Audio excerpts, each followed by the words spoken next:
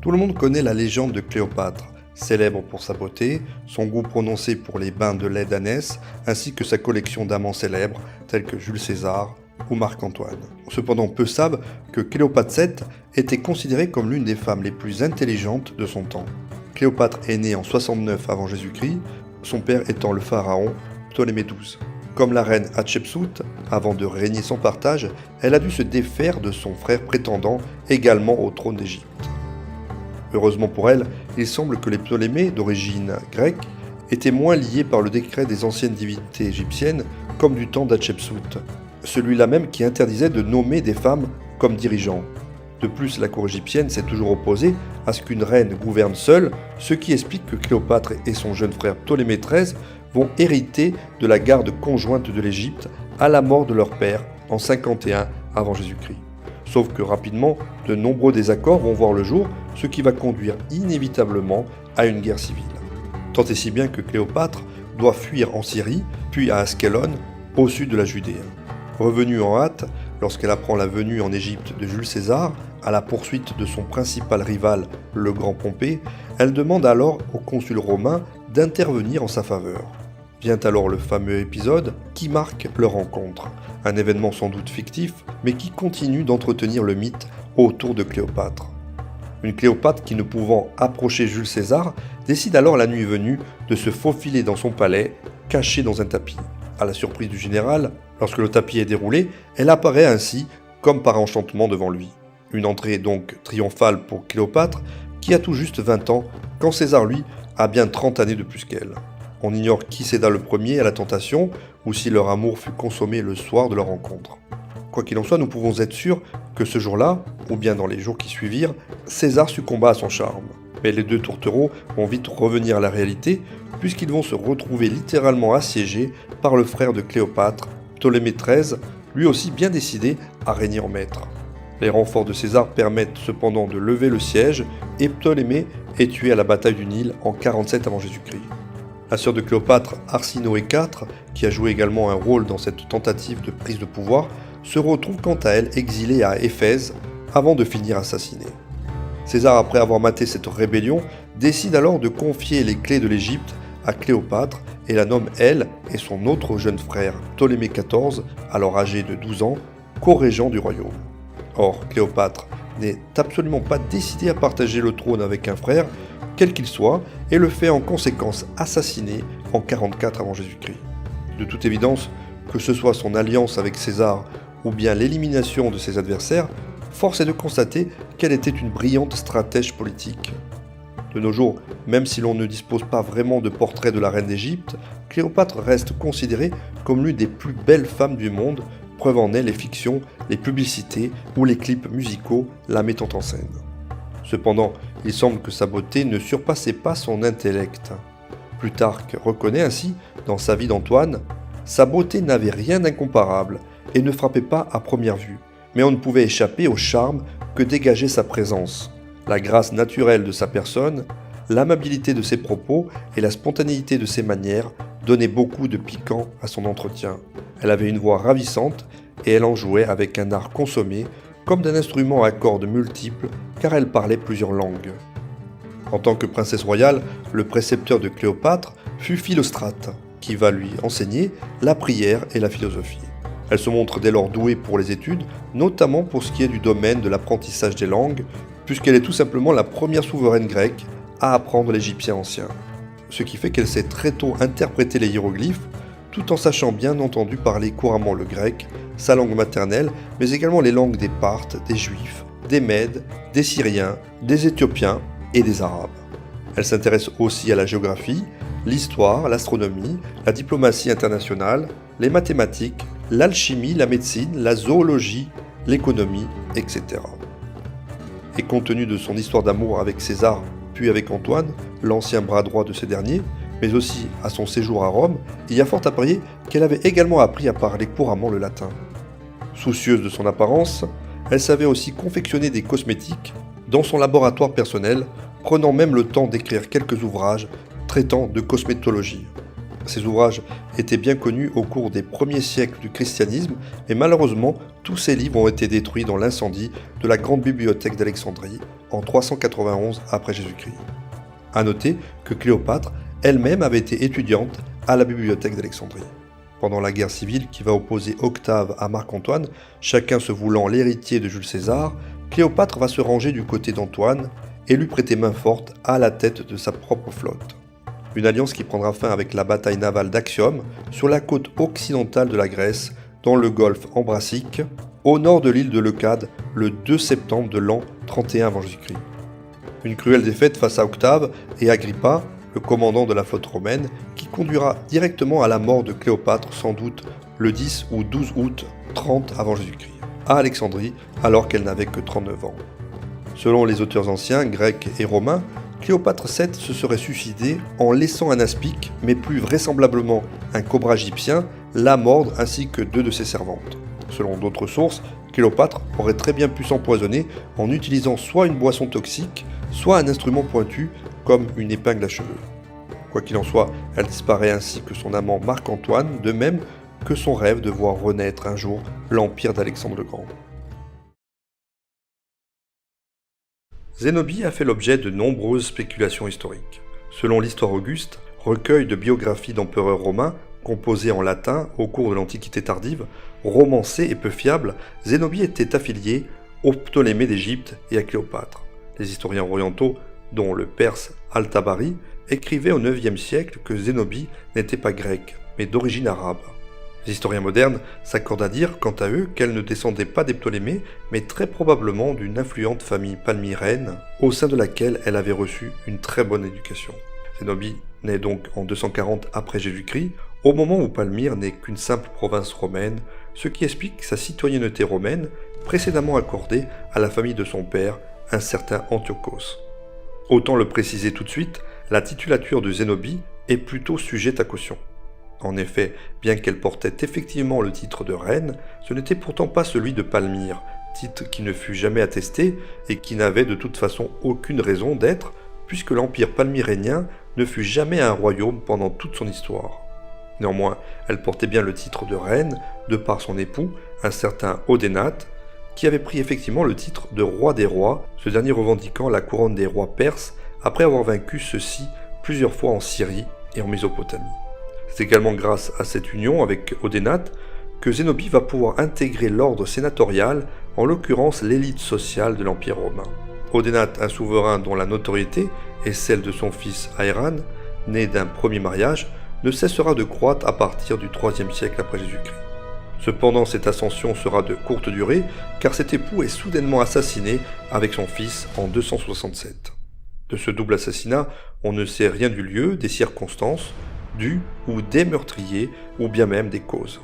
Les sources sont pauvres et contradictoires, ce qui est certain en tout cas, c'est que cette disparition du père et du fils projette Zénobie sur le devant de la scène.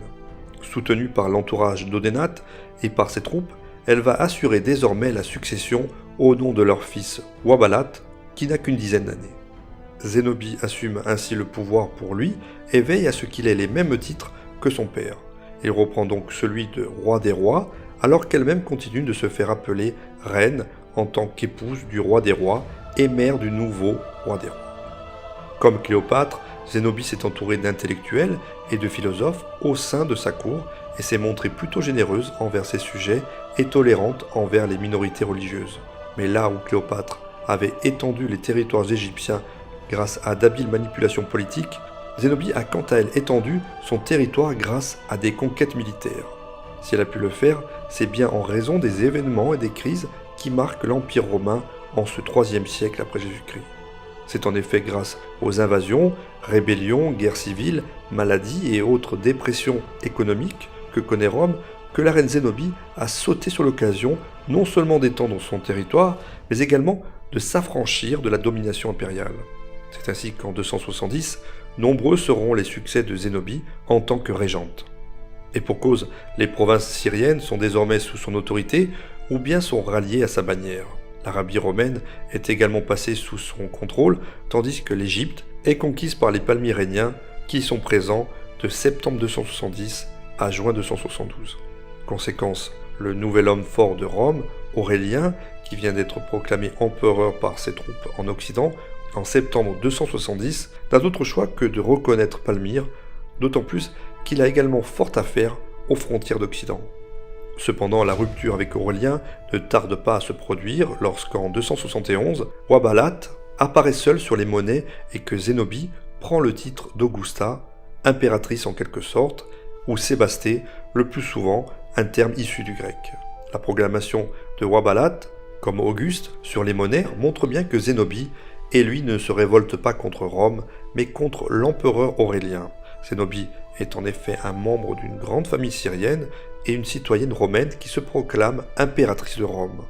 Quoi qu'il en soit, la réponse d'Aurélien ne tarde pas à venir à la fin de l'année 271, lorsqu'il décide de quitter Rome et de faire marcher ses troupes contre celles de Zénobie.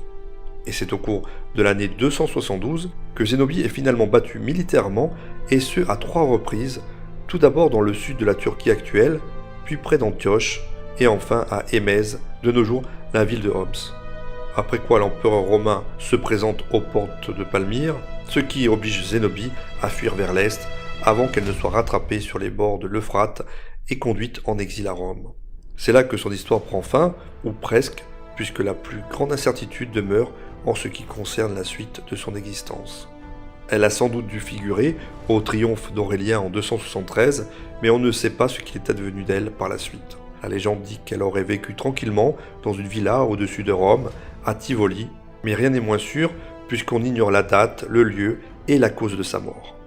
De nos jours, la propagande fait bien souvent d'elle une princesse arabe, devenue reine de Palmyre, ce qui ne fut jamais le cas, tout comme il n'y eut jamais de royaume de Palmyre.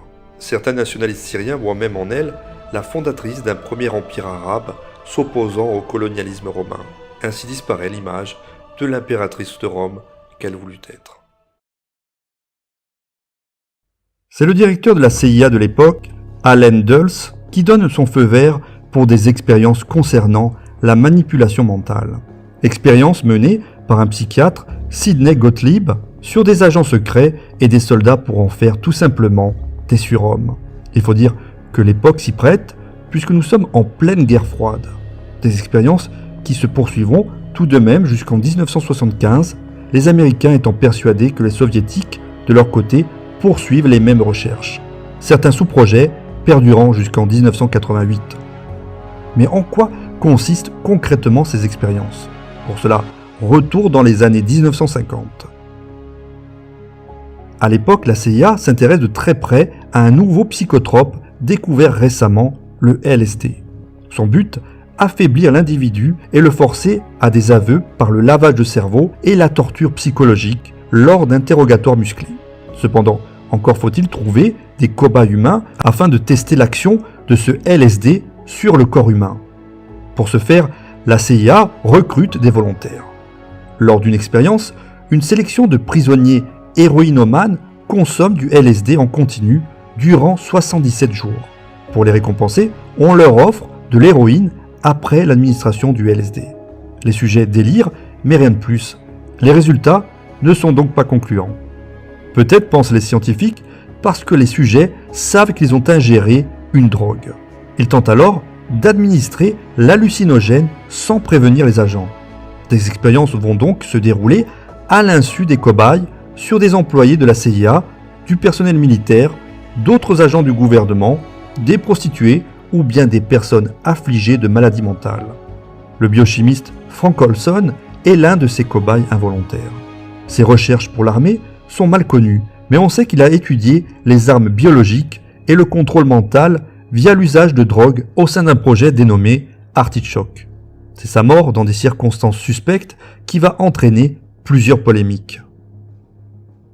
Tout commence lors d'une réunion dans le Maryland. C'est là que Frank Olson reçoit secrètement une dose de LSD par son collègue Sidney Gottlieb, justement le chef du programme MK-Ultra de la CIA. 9 jours plus tard, il trouve la mort en se défenestrant de l'hôtel Stettler. Le gouvernement américain va d'abord qualifier sa mort de suicide, puis d'accident. En revanche, nombreux sont ceux, à l'instar de la famille Olson, qui pensent qu'il s'agit d'un meurtre déguisé et demandent instamment une contre-enquête. Ce que fera le président américain Gerald Ford en mettant en place une commission chargée d'enquêter sur les activités de la CIA, la commission Rockefeller. Elle va dévoiler les expériences de la CIA sur le LSD, mais également sur beaucoup d'autres substances chimiques associées aux électrochocs, à l'hypnose, à la privation sensorielle, à l'isolement et à des abus verbaux et sexuels, en plus d'autres formes de torture. Les opérations stoppées, Gerald Ford présentera des excuses à la famille de Frank Olson, victime de MKUltra. Depuis, de nombreuses théories du complot et de nombreux films se sont inspirés de ce scandale. L'une d'entre elles prétendant même que le projet MKUltra et l'assassinat de Robert Kennedy seraient étroitement liés. Humbert Ier, roi d'Italie, monte sur le trône en 1878. Il est le fils de Victor Emmanuel II et d'Adélaïde d'Autriche.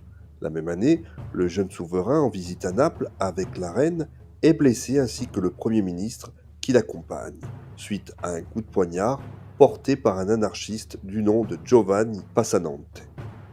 L'histoire aurait pu en rester là, sauf que quelques années plus tard, il est de nouveau attaqué alors qu'il se promène dans les rues de Rome. À cette occasion, il déclare alors, de manière stoïque, « Ce sont les risques du métier ». Il ne pensait pas si bien dire, puisque le 29 juillet 1900, il sera de nouveau victime d'un attentat, cette fois-ci perpétré par un dénommé Gaetano Bresci, le terroriste lui tirant 3 balles de revolver lors d'une visite dans la localité de Monza. L'anarchiste prétendait ainsi venger la sanglante répression menée contre les ouvriers à Milan 2 ans plus tôt. Une répression responsable de 118 morts et 450 blessés, bien que l'opposition ayant quant à elle comptabilisé près de 400 morts et plus de 2000 blessés. Et pour cause, celui qui avait donné l'ordre de tirer au canon sur les manifestants venus protester contre la cherté des produits alimentaires n'était autre qu'un certain général Bava Beccaris. Un officier fait étonnamment grand-croix de l'ordre militaire de Savoie dans la foulée et de plus vivement félicité par Humbert Ier en personne pour avoir rendu, dit-il, un grand service au roi et à l'Italie. C'est justement ce que mettra en avant Gaetano Bresci afin de justifier le meurtre du souverain italien, puisqu'il dira être revenu directement d'Amérique afin de venger les victimes de la répression et de l'affront constitué par la remise d'une décoration au général Bava Beccaris. Arrêté et jugé, il échappera pourtant à la peine de mort, celle-ci ayant été abolie en Italie en 1889. Il devient dès lors le premier régicide européen à ne pas être condamné à mort. On le retrouve néanmoins pendu dans sa cellule le 22 mai 1901, un étrange suicide faisant néanmoins penser à un assassinat.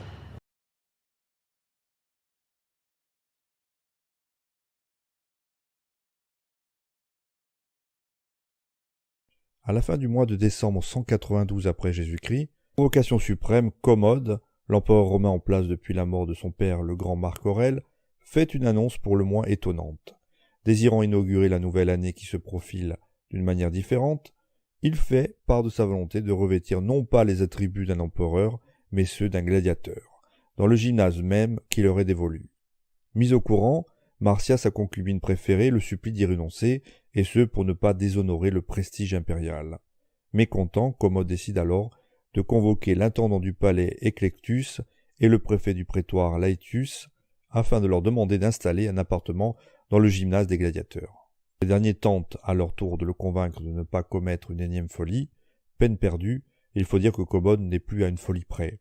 Après un début de règne, disons plutôt sage, il bascule dans la paranoïa suite à une tentative d'assassinat montée par sa sœur Lucilla, à laquelle il échappe de peu.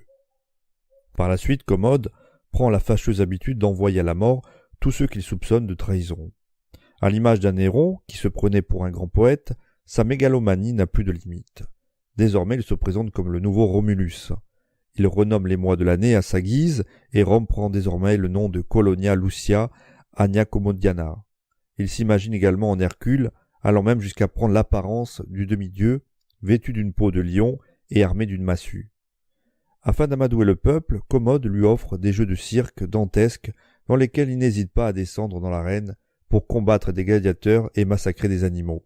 Les mauvaises langues disent même qu'il ne serait pas le véritable fils de Marc Aurèle, mais plutôt un enfant illégitime né d'une relation adultère entre sa mère Faustine et un gladiateur. Toujours est-il qu'en cette année 192, la folie du jeune empereur de 31 ans vient de franchir un cap supplémentaire. Dans une rage folle, il saisit une tablette afin d'y inscrire le nom de ceux qu'il compte faire exécuter le lendemain. Évidemment, il désigne ceux qui ont osé désobéir à ses ordres, en l'occurrence Marcia sa maîtresse, Éclectus l'intendant du palais et Laetus le préfet du prétoire, puis dépose la tablette négligemment afin de se livrer à ses occupations habituelles. Marcia tombant dessus par hasard, découvre avec stupeur sa propre condamnation à mort. Elle prévient aussitôt Éclectus et Laetus, et ensemble ils décident d'assassiner l'empereur le jour même. Il s'agit d'aller vite, s'ils ne veulent pas subir le sort que leur réserve Commode. Marcia échafaude alors un plan. Elle précise aux autres conjurés qu'elle a l'habitude de servir à l'empereur une coupe de vin après son bain. Et bien qu'à cela ne tienne, cette fois-ci, elle rajoutera du poison au breuvage. Aussitôt dit, aussitôt fait. Commode boit le vin comme à l'accoutumée et s'endort tranquillement sur son lit. Mais réveillés subitement par de violents maux d'estomac, accompagnés de vomissements, les trois conjurés s'inquiètent de nouveau pour leur sort. Et si Commode parvenait à survivre à l'empoisonnement? Une seule solution, convaincre Narcisse, l'esclave personnel de l'empereur, en qui il a toute confiance, d'achever son maître. Ce dernier accepte finalement, mais en échange d'une forte récompense. À pas de loup, il se dirige vers Commode et le saisit par le cou dans le but de l'étrangler. L'empereur se débat, essayant d'échapper à la prise mortelle, mais son agresseur, champion de lutte, est bien plus aguerri que lui. Commode suffocant décède, Hercule n'est plus. Ainsi périt l'empereur Commode, le 31 décembre 192, après Jésus-Christ. Son mari Louis XVI avait eu droit à un carrosse pour traverser Paris et arriver à l'échafaud, mais Marie-Antoinette n'aura qu'une charrette. Le matin du 16 octobre 1793, la reine de France est sortie de sa cellule de la tour du Temple, où elle est enfermée depuis presque un an. Elle est embarquée et est conduite comme une citoyenne lambda, place de la Révolution, qui est l'actuelle place de la Concorde. Tout le long du trajet, la reine est huée et insultée, tant elle est détestée par la population française qui la juge superficielle, dépensière et perverse. Main attachée derrière le dos, elle se comporte avec réserve. Anecdote de l'histoire, au cours de sa vie, Marie-Antoinette a égaré nombre de ses souliers, mais la plus marquante étant la chaussure qu'elle aurait perdue en montant à l'échafaud, chaussure qui sera récupérée par un fidèle et conservée actuellement au musée des Beaux-Arts de Caen. Une fois sur l'échafaud, au moment de s'approcher de la guillotine, Marie-Antoinette écrase malencontreusement le pied du bourreau, le fameux Charles-Henri Sanson. Elle se retourne alors et présente spontanément ses excuses à l'homme qui, une minute plus tard, va lui trancher la tête. « Je vous demande pardon, monsieur, je ne l'ai pas fait exprès », lui aurait-elle dit. Ce seront ses dernières paroles. Tout comme pour Louis XVI, il fut ordonné que les bières des membres de la monarchie fussent recouverts de chaux. Marie-Antoinette est inhumée avec la tête entre les jambes dans la fosse commune de la Madeleine, rue d'Anjou-Saint-Honoré. Louis XVIII fera élever à cet endroit la chapelle expiatoire située de nos jours dans le square Louis XVI, seul endroit de Paris portant encore le nom du roi. Ses restes et ceux de Louis XVI furent exhumés le 18 janvier 1815 et transportés le 21 en la basilique de Saint-Denis.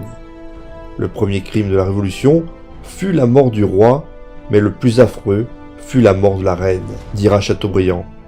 Mais le sort réservé à Marie-Antoinette a ému bien d'autres personnes, à commencer par Napoléon lui-même, tout du moins si l'on en croit les mémoires du comte de Molien.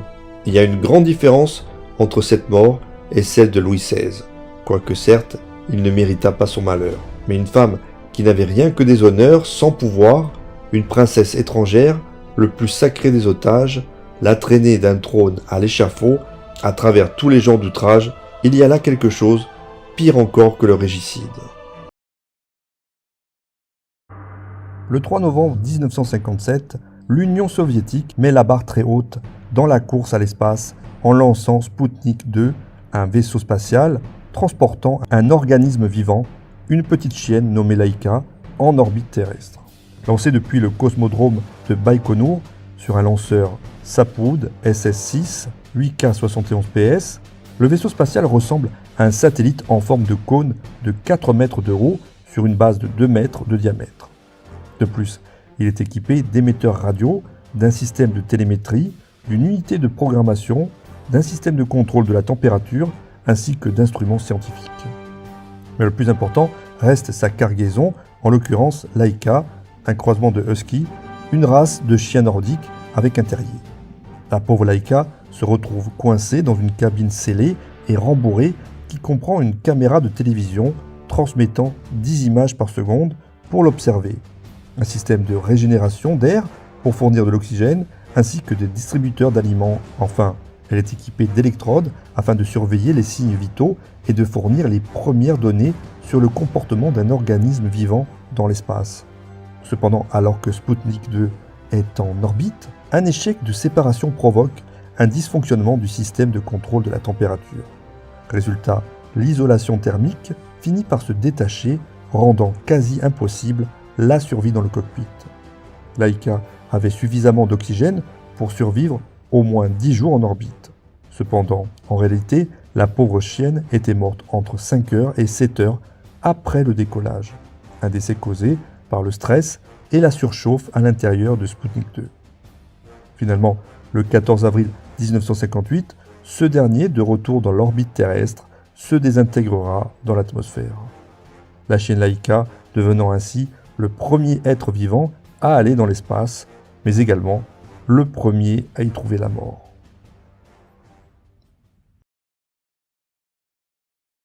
Le 25 décembre 1977, l'acteur Charles Chaplin décède à l'âge de 88 ans des suites d'une hémorragie cérébrale et est enterré à Corzier-sur-Vevey, dans le canton de Vaud en Suisse. Durant sa longue carrière, on lui doit des chefs-d'œuvre tels que Les Lumières de la Ville, Les Temps modernes ou bien Le Dictateur. Ce que l'on sait moins en revanche, c'est que peu de temps après son enterrement, soit le 2 mars 1978, un événement inimaginable se produit. En l'occurrence, le vol de son corps est constaté dans le cimetière de Corzier-sur-Vevey. Quelques jours plus tard, un coup de téléphone à la veuve Chaplin, Ona O'Neill, permet d'y voir plus clair. Surprise, il s'agit d'une demande de rançon, soit 600 000 francs suisses. Pour la famille Chaplin, il est impensable de payer une telle somme. Ayant fait appel à la police, celle-ci met aussitôt la maison sur écoute, ce qui permettra au final de localiser la cabine téléphonique d'où provenaient les appels des ravisseurs. Conséquence, le 16 mai, un certain Roman Vardas, 24 ans, est arrêté ainsi que son complice bulgare, Kancho Ganev. Les deux mécaniciens automobiles conduiront les enquêteurs dans un champ de maïs à moins de 2 km du domicile des Chaplin.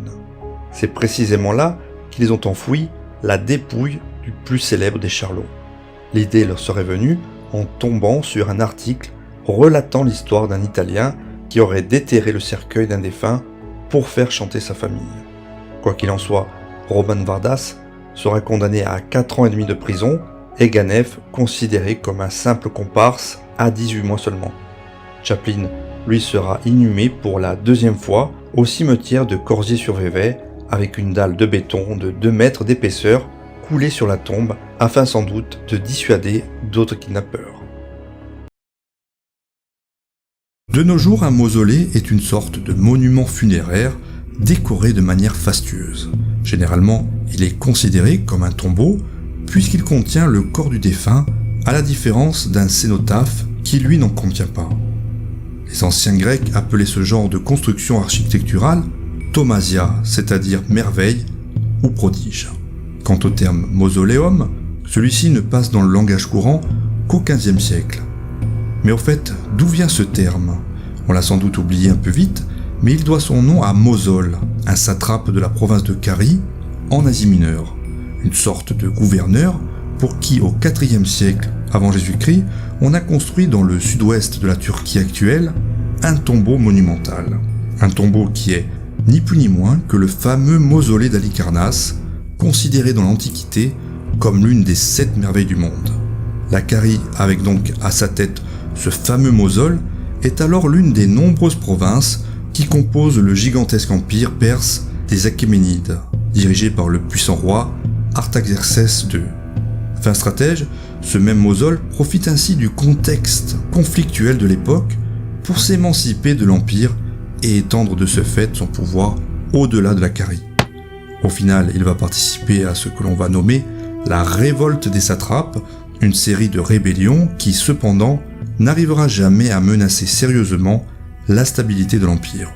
À tel point qu'Artaxerxès III, qui succède à son père au printemps 358 avant Jésus-Christ, n'a déjà plus rien à craindre des satrapes, l'ordre étant déjà rétabli. Voyant le vent tourner, Mosol est en effet parmi les premiers à changer de camp, n'hésitant pas à trahir ses alliés. Cela lui vaudra d'ailleurs d'être récompensé par l'annexion d'une partie de la Lycie, non sans avoir illégalement annexé auparavant une partie de la Lydie, de l'Ionie et des îles voisines. Même si pour cela Mosol se voit obligé d'accepter la présence d'une garnison perse à Halicarnasse, une cité prénommée de nos jours Bodrum, dont il a fait sa nouvelle capitale. Pour autant, cela ne l'empêche pas de continuer à se conduire la plupart du temps comme une sorte de gouverneur indépendant, raison pour laquelle on lui attribue parfois le titre de roi dans certaines sources antiques. Cependant, Mosol meurt en 353 avant Jésus-Christ, et ce sans postérité. C'est donc son épouse, une certaine Artémise, qui lui succède. Très affectée d'autant plus qu'elle est également sa sœur, elle aurait, selon Pline l'Ancien, pris elle-même la décision d'ériger en son honneur un grand tombeau, en l'occurrence le fameux mausolée d'Halicarnasse, considéré plus tard comme l'une des 7 merveilles du monde. Pour cela, elle fait venir les plus grands artistes grecs du milieu du IVe siècle avant Jésus-Christ, tels que les architectes Satyros et Pythéos, ou bien les sculpteurs Scopas, Léocarès, Bryaxis et Timothéos. Au final, le monument est une véritable prouesse architecturale et décorative, des auteurs comme Strabon ou Pline l'Ancien louant la beauté et la richesse de sa décoration. Situé sur une colline qui surplombe la ville d'Halicarnasse, le tombeau de Mosol et d'Artémise mesure près de 50 mètres de hauteur. Il peut être divisé en 2 parties, une première base haute d'une dizaine de mètres et entourée d'une couronne de frises, la seconde, placée sur le premier niveau, est de forme pyramidale et surmontée de 36 colonnes, lui donnant un air de Parthénon. De plus, l'édifice est agrémenté de statues et de sculptures en haut relief. Enfin, à son sommet est installé un quadrige monumental en marbre de 5 mètres de hauteur. Désirant entretenir la mémoire de son défunt époux, Artémise organise également un concours littéraire décernant un prix à l'orateur qui fera l'éloge le plus éloquent de Mosol. Y participent Isocrate et ses disciples Théodecte de Phasélis et Théopompe, lequel remporte le concours. En dévotion à son mari, elle va même jusqu'à mêler dans sa boisson les cendres de celui-ci, un cocktail étonnant dirons-nous.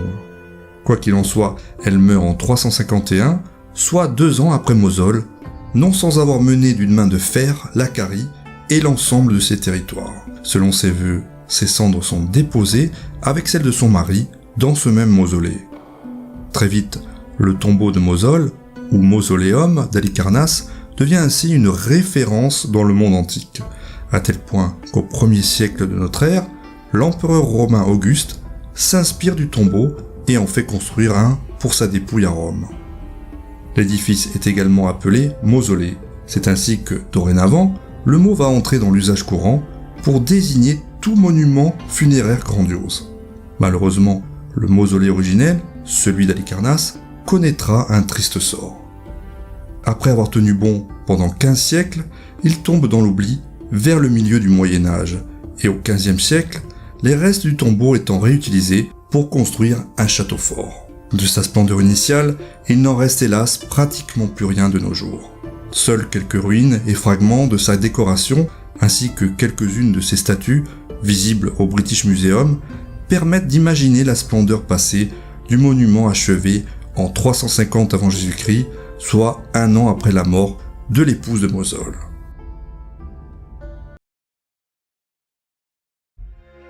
Napoléon Eugène Louis Jean-Joseph Bonaparte, dit Louis-Napoléon, naît le 16 mars 1856 à Paris. Sa naissance était attendue, son père Napoléon III ayant désormais un héritier à placer sur le trône impérial. Cela dit, cette naissance est également synonyme de souffrance, puisque le médecin a recours à des forceps lors de l'accouchement. Il gardera d'ailleurs sa vie durant les stigmates des fers sur ses tempes.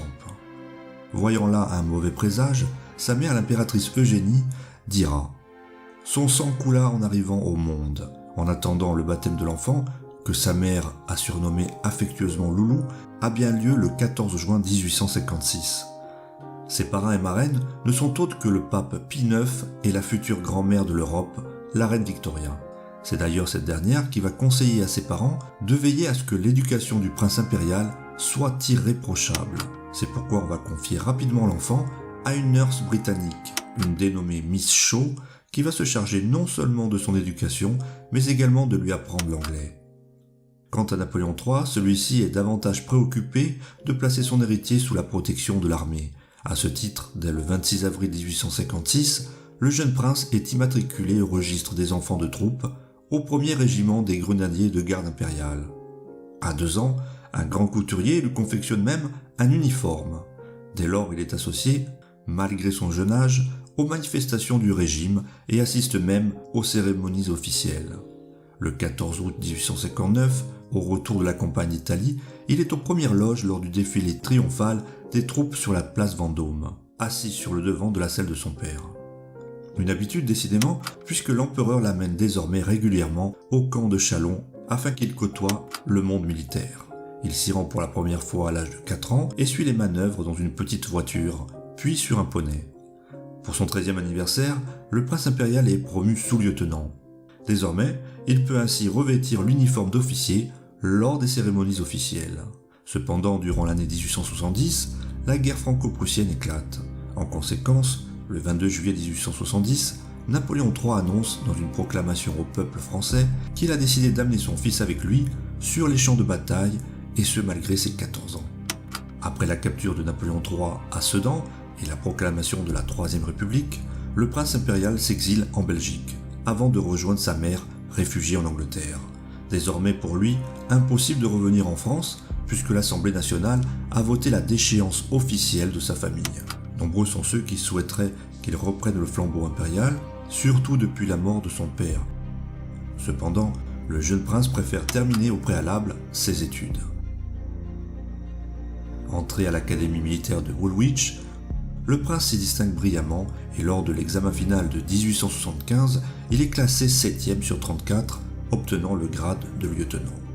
Délivré de ses obligations scolaires, le jeune héritier présomptif de l'Empire peut désormais assumer pleinement son rôle de représentant de la cause impériale. Il faut dire que les attentes du parti bonapartiste sont grandes. Certains commencent même à le désigner sous le nom de Napoléon IV. Cependant, le destin en a décidé autrement. Le 22 janvier 1879, la bataille d'Isandlwana oppose l'armée britannique aux Zoulous d'Afrique du Sud, causant la mort de 800 soldats du Royaume-Uni. À Londres, l'événement soulève une vague d'émotions sans précédent, obligeant le gouvernement à reprendre l'offensive de plus belle. Le prince impérial, touché par ce drame, souhaite vivement y participer. Il entend bien non seulement servir la nation qu'il a si généreusement accueillie, mais également rendre hommage à son illustre lignée. Devant l'insistance du jeune Napoléon à vouloir incorporer l'armée, la reine Victoria l'y autorise finalement. Il embarque ainsi en février de la même année, direction l'Afrique du Sud. Après un passage au Cap, il est versé dans une unité d'éclaireurs au Natal, une région située dans l'est du pays. Le 1er juin 1879, il participe même à une mission de reconnaissance en tant qu'officier adjoint. Ce jour-là, alors que sa patrouille effectue une halte au bord d'une rivière, se croyant en sécurité, des dizaines de guerriers zoulous surgissent causant la mort de 2 soldats britanniques. Dans l'empressement, les Anglais réussissent néanmoins à s'enfuir à cheval. Le prince tente également de regagner sa monture en courant. Malheureusement, la sangle de sa selle cède sous son poids. Et pour cause, celle-ci était complètement usée. Ironie du sort, cette même selle avait servi à son père Napoléon III lors de la bataille de Sedan, et le prince avait tenu à l'utiliser à son tour. Ayant donc chuté lourdement, son bras droit est violemment piétiné par son destrier. Se retrouvant encerclé par ses ennemis, il n'a plus pour arme qu'un pistolet qu'il ne peut brandir que de sa main gauche. Au final, le malheureux s'écroule au sol, transpercé de 17 coups d'Iquois, un type de saguet largement répandu parmi les tribus africaines. Cependant, les guerriers zoulous, admiratifs de son courage, renoncent au dernier moment à éviscérer et mutiler son corps, comme ils en ont la coutume. De plus, le chef des guerriers ordonne qu'on lui laisse sa chaîne en or où pendent 2 médailles et un cachet de cornaline, souvenir de sa grand-mère, la reine Hortense, un bijou que son père lui avait légué avant son décès. En France, l'annonce de la mort de Napoléon IV fait l'effet d'une bombe, surtout parmi les classes populaires où il était très apprécié. Quant à sa dépouille, elle est rapatriée au Royaume-Uni et figure aujourd'hui dans la crypte impériale de l'abbaye Saint-Michel de Farnborough, située dans le sud du pays. Sa marraine, la reine Victoria, fera ériger un monument à sa mémoire dans la chapelle royale du château de Windsor, ainsi qu'une pierre tombale blanche en Afrique du Sud, à l'endroit même où le prince impérial trouva la mort. Tout commence en 120 avant Jésus-Christ à Sinope, une cité grecque établie sur les côtes de la mer Noire, dite alors Pont-Euxin. Son père, le roi Mithridate V, vient d'être assassiné, sans doute à l'instigation de sa propre mère, la reine Laodicée, qui ne souhaite plus partager le pouvoir avec son encombrant époux royal. Le jeune Mithridate, qui n'a alors qu'une quinzaine d'années, une douzaine selon d'autres sources, devient dès lors la cible à abattre. C'est ainsi qu'il échappe miraculeusement à plusieurs tentatives d'assassinat, notamment lors d'un accident provoqué de cheval, puis avec du poison mélangé à sa nourriture. Tout cela l'amène à fuir dans les montagnes du Pariadrès, afin d'échapper à une mort certaine. C'est à cette époque qu'il va commencer à s'intéresser à la science des poisons, bien que durant son enfance, il ait reçu une solide éducation dans le domaine des sciences naturelles et médicales. Mettant en pratique ses connaissances, il commence dès lors à ingérer de très faibles doses de poison en augmentant celles-ci progressivement au fil des années. Son but, accoutumer son organisme et développer une résistance aux toxines, et ce afin de se prémunir contre toute nouvelle tentative d'empoisonnement. 9 années s'écoulent et suite à un soulèvement populaire, Mithridate obtient sa revanche. Il réussit à s'emparer du pouvoir, non sans avoir au préalable placé sa mère en résidence forcée. Désormais roi du Pont, il mène de nombreuses conquêtes afin d'étendre le royaume de son père, qui comprend désormais tout le Pont-Euxin et l'Anatolie. C'est ainsi qu'il est confronté bientôt avec la politique expansionniste de l'ambitieuse République romaine. Mithridate sera d'ailleurs l'un des seuls rois à tenir tête à Rome, et ce pendant plus de 25 ans, au cours des fameuses guerres mithridatiques qui vont s'étendre de 88 à 63 avant Jésus-Christ. Cependant, la supériorité militaire des Romains, la qualité de généraux tels que Sylla, Lucullus ou Pompée, mais aussi l'épuisement des ressources en or, hommes et ravitaillement de son royaume auront raison de ses ambitions. En 63 avant Jésus-Christ, après plusieurs guerres intermittentes contre Rome, Mithridate se retrouve désormais acculé dans le petit royaume du Bosphore, correspondant à l'actuelle Crimée, où il a trouvé refuge. Encerclé par les soldats de Pompée, les trahisons de ses proches se succèdent, à commencer par celle de son propre fils, un dénommé Pharnace, qui le renverse avec l'appui de l'armée. Abandonné de tous, Mithridate ne peut qu'assister du haut de son palais au couronnement de son fils Félon. Selon Appien, un historien du IIe siècle de notre ère, le vieux roi déchu, craignant d'être livré aux Romains, tente alors de se suicider en absorbant du poison. Parmi les rares personnes de son entourage qui ne lui ont pas tourné le dos figurent ses 2 filles. Ces dernières décident d'en finir également en partageant le breuvage mortel de leur père. Alors que les princesses royales succombent rapidement au poison, Mithridate, quant à lui, continue de se tenir stoïquement debout.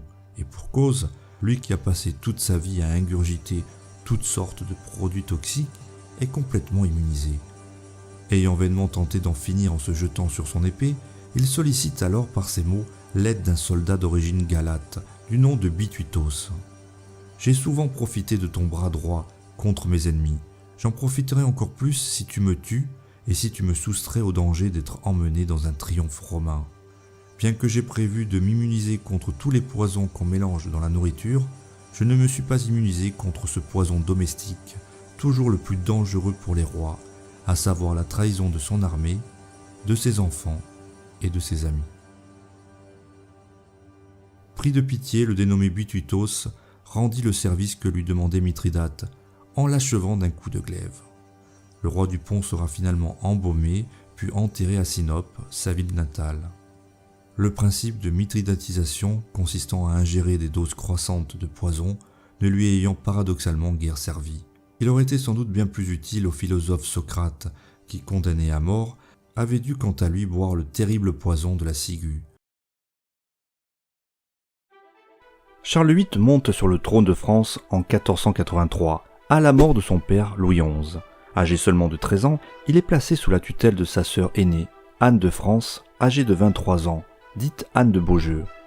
En 1491, il épouse la fameuse Anne de Bretagne, préparant ainsi l'union du duché de Bretagne au royaume de France. Signe du destin, aucun des 6 enfants issus de l'union ne survivra. C'est notamment le cas de Charles Orlan, leur fils aîné qui va décéder prématurément en 1495, âgé seulement de 3 ans. Justement, en ce 7 avril 1498, la reine Anne se remet difficilement d'une énième fausse couche survenue le 20 mars de la même année.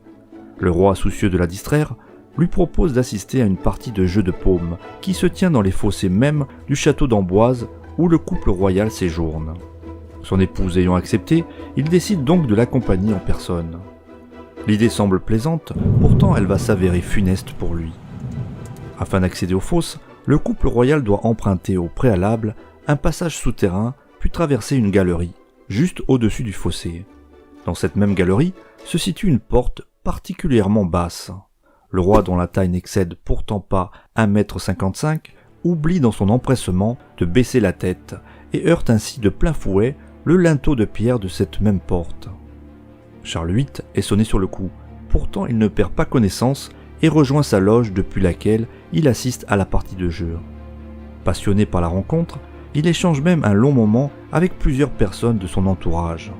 Les discussions vont bon train lorsque vers 2h de l'après-midi, il s'écroule soudainement au sol. Il ne peut plus parler et est étendu sur une paillasse par 2 de ses compagnons en attendant l'arrivée des médecins. Il va rester ainsi près de 9 heures inanimé sans que personne n'ose le déplacer. Ces médecins vont bien tenter de le sauver, mais en vain.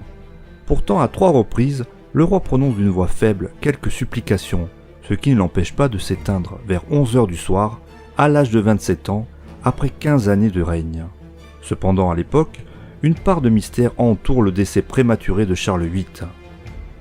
En effet, certains de ses contemporains ont prétendu que le roi avait été empoisonné sur l'ordre du sulfureux pape Alexandre VI Borgia, qui avait tout intérêt à mettre un terme définitif aux prétentions du roi de France en Italie. Quoi qu'il en soit, aucune preuve n'a pu étayer cette théorie. Ce qui paraît le plus vraisemblable, c'est que Charles VIII soit décédé d'une hémorragie cérébrale à la suite d'un violent traumatisme crânien. En revanche, ce qui est certain, c'est que cette mort brutale est lourde de conséquences pour le royaume de France, puisqu'en l'absence d'héritier, s'achève désormais la dynastie des Valois directs, inaugurée 119 ans plus tôt par Philippe VI et qui comptait 7 rois de France. Le duc Louis d'Orléans instaure dès lors celle des Valois-Orléans. Prenant le nom de Louis XII, celui-ci épousera Anne de Bretagne dès l'année suivante, comme le stipulait une clause singulière de son contrat de mariage avec Charles VIII, prévoyant qu'en cas de décès de ce dernier, elle aurait l'obligation de se remarier avec son successeur. Né à Ajaccio le 24 octobre 1914, Godefroy François Jules Scamarone, dit Fred, est issu d'une famille de Bonifacio et de Lévy. Il devient chef de cabinet de préfecture après une licence de droit à Paris. Parti au front dès septembre 1939, il est grièvement blessé en mai 1940, puis rejoint l'Angleterre à l'appel du général de Gaulle. Lors d'une mission pour les forces françaises libres, il est arrêté à Dakar et ramené en France, où il est considéré comme un déserteur par le pouvoir de Vichy. Libéré en janvier 1941 et révoqué du corps préfectoral, il poursuit malgré tout son activité de résistance. Après un séjour à Londres, où on lui confie diverses missions, Fred Scamarone élabore un projet d'insurrection dans sa Corse natale, occupée par l'Italie fasciste. Sa mission consiste à débarquer sur l'île sous une fausse identité afin de prendre contact avec des résistants locaux et d'unifier les organisations existantes, mais également de repérer les terrains de débarquement et de parachutage, dans le but ultime de préparer un futur débarquement sur l'île de Beauté. Pour cela, il prend une nouvelle identité, celle d'un certain François-Edmond Sévère. Malheureusement, Fred Scamarone est arrêté à Ajaccio dans la nuit du 18 au 19 mars par l'OVRA, la redoutable police politique fasciste qui traque le réseau qu'il a monté. À un Italien qui l'interroge et lui promet la vie sauve s'il parle, il lui rétorque « Vous ne savez pas ce que c'est que l'honneur ». Face à son refus de parler, il est horriblement torturé. En outre, on lui arrache les ongles et on le brûle au fer rouge. Dans la cellule voisine, il y a un autre détenu du réseau. À travers le mur, Fred Scamarone lui confie « Tu diras à ma mère, à mes sœurs, que ce n'est pas très dur de mourir et que je meurs content. » Dans sa prison de la citadelle d'Ajaccio, plutôt que de risquer de parler et d'être reconnu sous sa véritable identité, il préfère se trancher la gorge avec un fil de fer, laissant un ultime message écrit avec son sang. « Je n'ai pas parlé, vive la France, vive de Gaulle ». Il décède quelques heures plus tard, le 19 mars 1943, sans avoir rien dévoilé de sa mission. Il avait 28 ans. Son corps est inhumé dans la fosse commune du cimetière d'Ajaccio. Le général de Gaulle écrira et signera de sa propre main les mots suivants. « À la mémoire de Fred Scamarone, combattant exemplaire, esprit libre et cœur fort, mort pour la France et vainqueur pour elle. »